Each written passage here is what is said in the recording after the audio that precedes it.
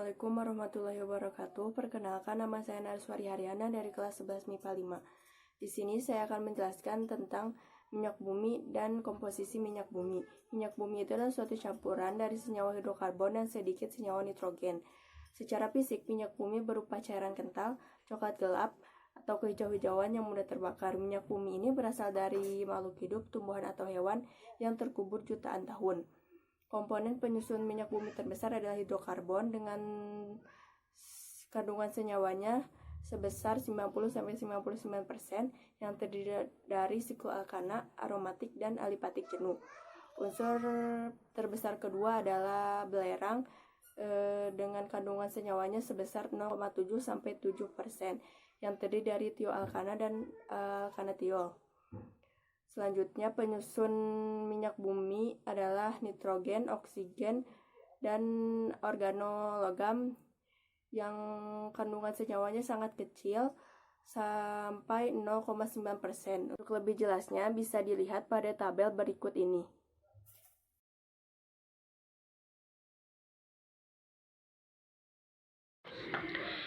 Pengolahan minyak bumi. Pengolahan minyak bumi adalah dengan cara pemurnian dengan prinsip destilasi bertingkat.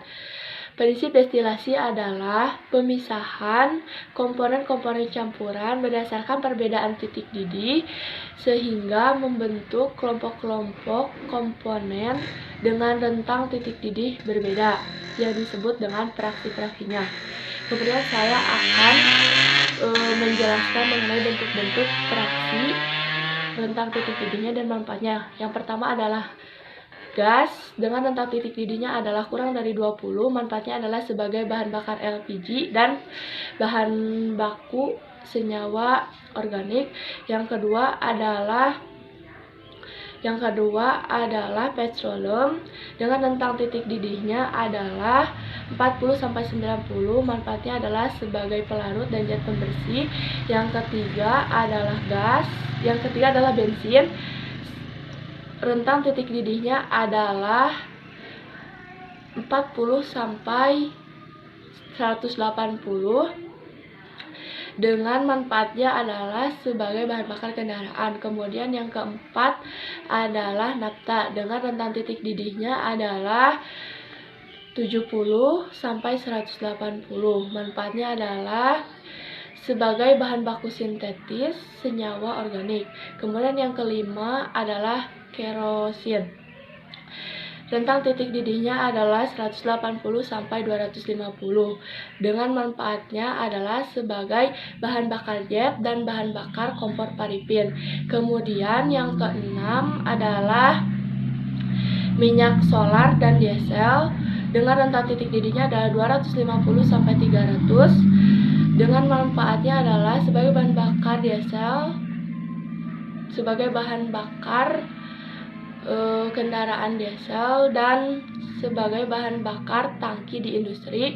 Kemudian yang ketujuh adalah minyak pelumas. Minyak pelumas adalah rentang titik didihnya adalah 300-350 dengan manfaatnya adalah sebagai oil dan pelumas. Kemudian yang kedelapan adalah lilin dengan rentang titik didihnya adalah lebih dari 350. Manfaatnya adalah sebagai petroleum jelly, kertas berlapis lilin, dan semir.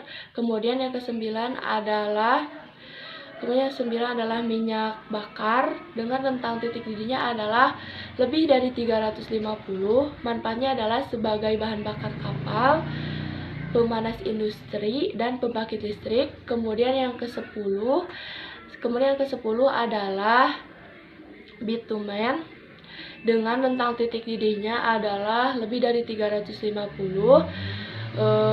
Manfaatnya adalah sebagai material aspal dan atap, sebagai material atap bangunan. Perkenalkan, nama saya Muhammad Ali Hanif dari kelas 11 MIPA 5. Sekarang saya akan melanjutkan materi yang sebelumnya oleh teman saya sampaikan, yaitu mutu bensin dan bilangan oktan, atau membandingkan mutu bensin antara premium, pertalite, dan pertamax. Bensin merupakan salah satu jenis minyak bumi yang sering digunakan dan memiliki peran penting. Bensin mengandung lebih dari 500 jenis hidrokarbon yang tersusun oleh rantai mulai dari C5 sampai dengan C10. Bensin tersusun atas alkana rantai lurus berupa N-heptana dan rantai bercabang yaitu isoktana. Sedangkan untuk mutu bensin ditentukan oleh faktor efektivitas pembakarannya. Komponen alkana rantai lurus tidak sempurna pembakarannya, sedangkan rantai bercabang lebih efektif pembakarannya. Dengan demikian dapat disimpulkan bahwa mutu bensin ditentukan oleh berapa banyak jumlah isoktana di dalam bensin tersebut yang dikenal dengan angka oktan.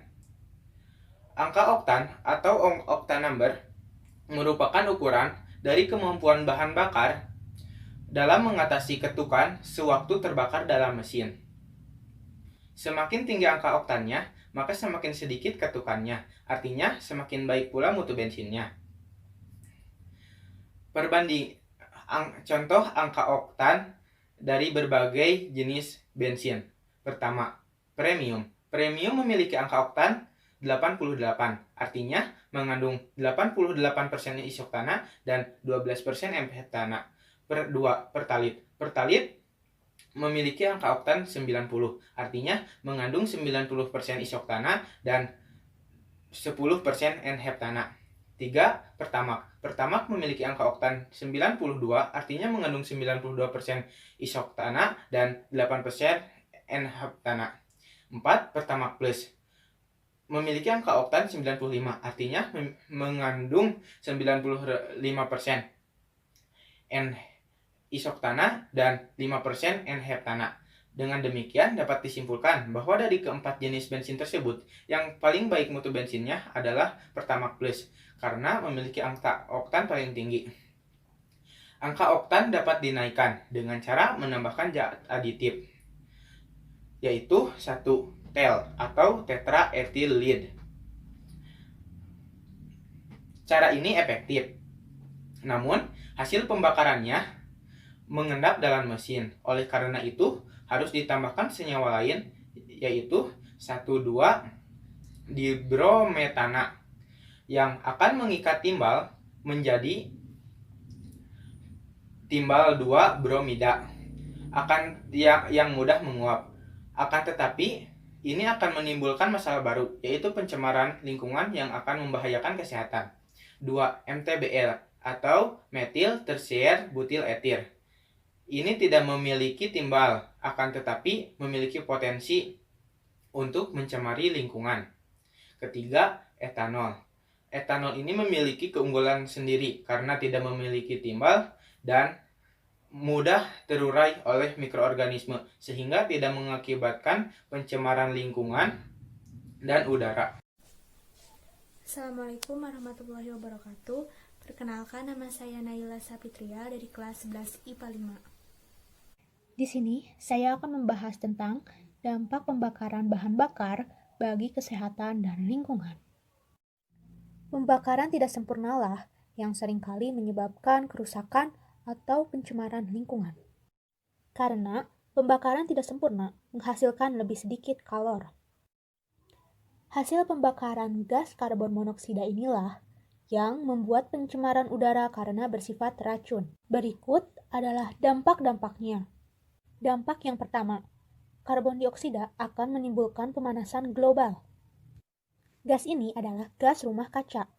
Meningkatnya gas ini menyebabkan pemanasan suhu atmosfer bumi dan perubahan iklim. Dampak yang kedua, karbon monoksida menimbulkan sakit kepala dan gangguan pernapasan. Gas karbon monoksida bersifat beracun pada manusia karena mengikat hemoglobin di dalam darah dan mengakibatkan oksigen sulit dibawa oleh darah. Dampak yang ketiga, sulfur dioksida menimbulkan iritasi mata, batuk, dan hujan asam.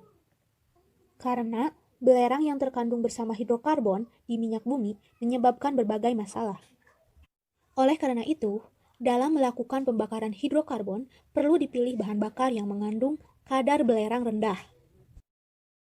Dampak yang keempat, Nitrogen oksida menghasilkan asap kabut yang menyebabkan tumbuhan layu dan gangguan pernapasan. Karena itu, harus dihindari dengan mengurangi penggunaan kendaraan pribadi dan gunakan kendaraan umum atau transportasi.